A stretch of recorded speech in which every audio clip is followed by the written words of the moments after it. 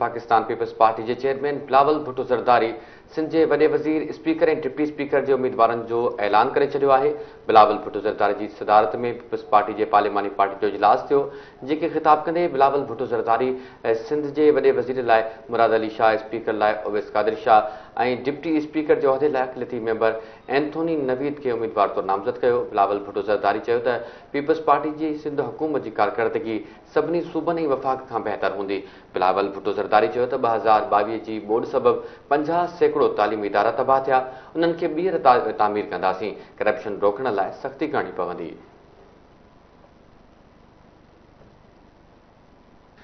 मैं एंटनी नवीद साहब से रिक्वेस्ट करता हूं कि वो ज़रा एंटनी नवीद साहब आपका डेप्यूटी स्पीकर का इंशाअल्लाह ताला उम्मीदवार होगा और हम एक बार फिर तारीख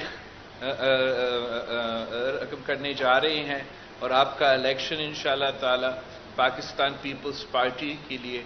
और इस पूरा मुल्क के लिए एक बहुत अच्छा पैगाम देगा। तो आपको नवीद एंटनी साहब को हम डेप्यूटी स्पीकर के लिए, कहीं इधर छुपा हुआ होगा आपका उवैस शाह साहब सखर से आपका MPA है, नौजवान है और आपको मालूम है कि हम चाहते हैं कि नौजवानों को मौका दिया जाए और स्पीकर सिंध असेंबली का ओहदा आगा सराज साहब ने बड़ा अच्छा तरीके से संभाला है और इस दफ़ा इंशाअल्लाह ताला हमारा नौजवान उवैस शाह साहब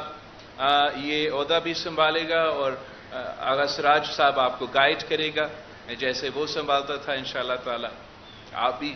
इस सिंध असेंबली को, जो कि तारीखी सिंध असेंबली है जहाँ से पाकिस्तान का क़रारदाद पेश किया गया, वहाँ आप इंशाअल्लाह ताला ये ओहदा संभालेंगे। और बाकी रही बात हमारा वज़ीर आला सिंध के लिए, और हम मुराद अली शाह साहब से रिक्वेस्ट करेंगे कि वो एक बार फिर